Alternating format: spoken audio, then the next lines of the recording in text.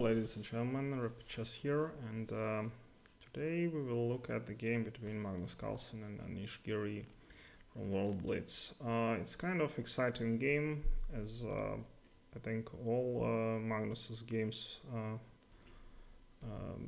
with small exceptions, and it's kind of old Magnus style approach to play against guys like Kramnik. And I looked at Giri and I saw that it could be like the second Kramnik, a player with excellent opening preparation, but a little bit kind of academic style of play. So he plays all the right moves, but they are not like very tricky. And Magnus. Basically, how he outplayed the Kramnik, it was like throwing him some unclear idea, and Kramnik spent all his energy, and it appears to be some kind of trick, and he starts being nervous, and Magnus outplays him. So it's just an idea which I was thinking about.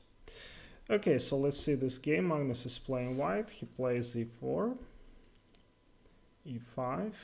Giri is also capable to play c5, but his e5 is his main move. So this all you know. d3, this is like Magnus style move against the Berlin defense. Just playing for regular chess, and he takes. So this is a line which was popular, I think, about 5 years, maybe 7 ago, but now it's not that clear. That black gets a lot of clear ways how to equalize, but for one game it's of course normal. Black plays bishop g4.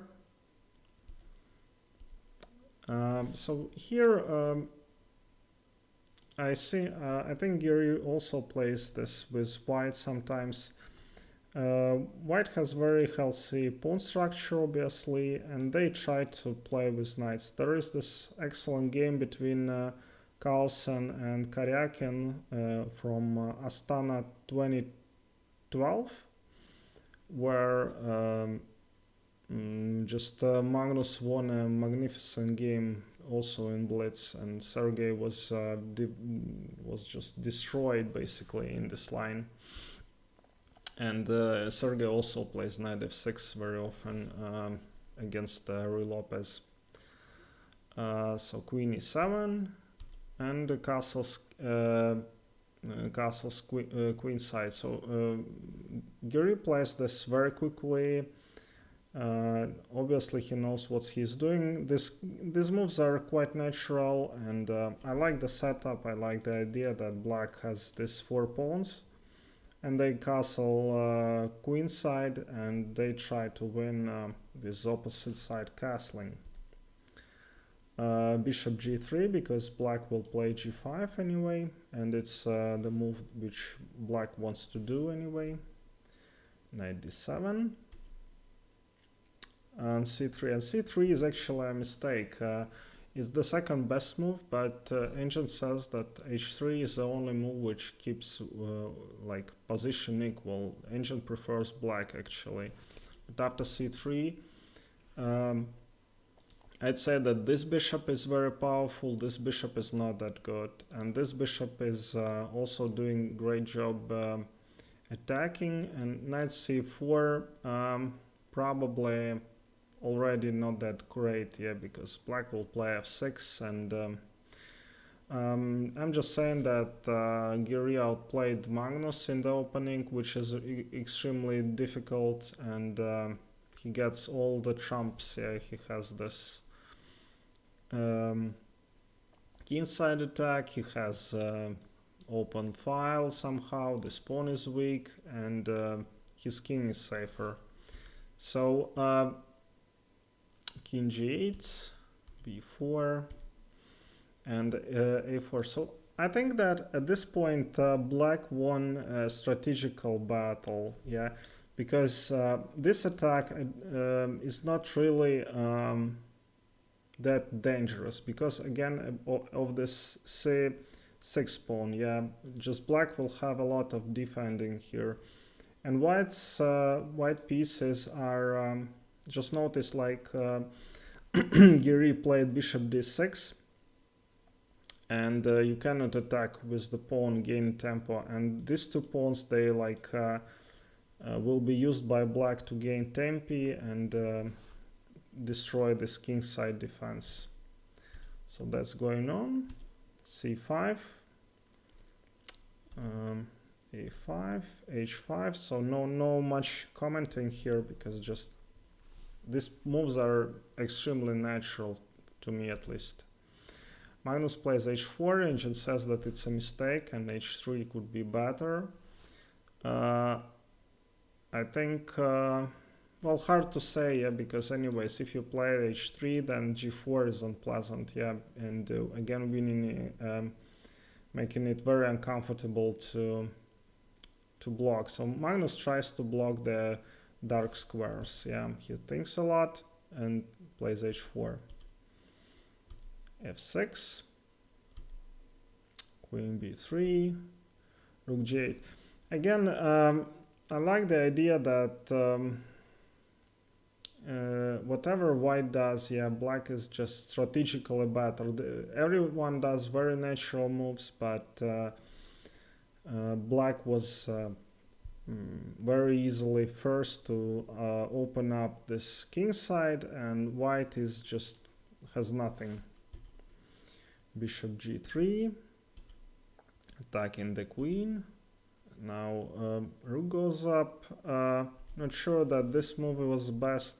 Agent suggests c4, but he wanted to double up on the g file.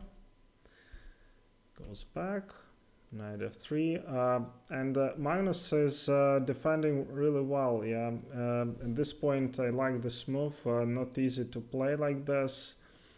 Like you say, it's passive, but at least you don't get mated really quickly. Yeah, everyone would play like b6 or b1 and get destroyed. Yeah, but Magnus is tries to delay this attack for a little bit. Knight h4, and in this position Giri played excellent move, which I underestimated a little bit, but it was the best move. It's like a puzzle rush. Yeah, c4. Just black needs these pieces are not that bad, but you want to place your bishop here, your knight here, and you just give up a pawn, which is the best move. Yeah, you just activate your pieces and this pawn doesn't do anything. So he attacked the queen. Queen f7, and Agent suggests just to capture immediately, which was fine. White obviously cannot break through. d1 and bishop rook d5. I'm sorry. I like this move by Magnus because I'd say that it's important to somehow not play, surprise your opponent and make him think. Yeah, if he sacrifices this exchange, and taking wasn't the best move, but Giri played it, and immediately white gets some, maybe a bit not full compensation obviously, but it's a game. Yeah, again white has some their trumps now. They have this blockade on a file, and they're not so hopeless, and that's when you're playing against this player who has just a wild imagination. Yeah, and they're not playing by your rules. Yeah, he wants to lose, but lose with dignity. Yeah. King knight f5, bishop g6, knight f3. Now Knight can go to h4, rook g4, and knight h6. So yeah, this was the best move. Again, Magnus defense makes like 5-6 first line moves, let's say. Yeah, but unfortunately, Giri also plays really well. So he finds this idea. He gives up exchange back, but he gets a lot of positional advantage now. He takes this b pawn and takes the rook. So materially, yeah, black is pawn up. White has a very bad pawn structure, and he has very bad king. White's king is in very good shape. And queen g4. Now the g3 is attacked. And this was the last move which black had to find, e4. Now you can't stop this bishop d6. Yeah, it's just too much, because king here has to defend g3, and if he stays here, then it's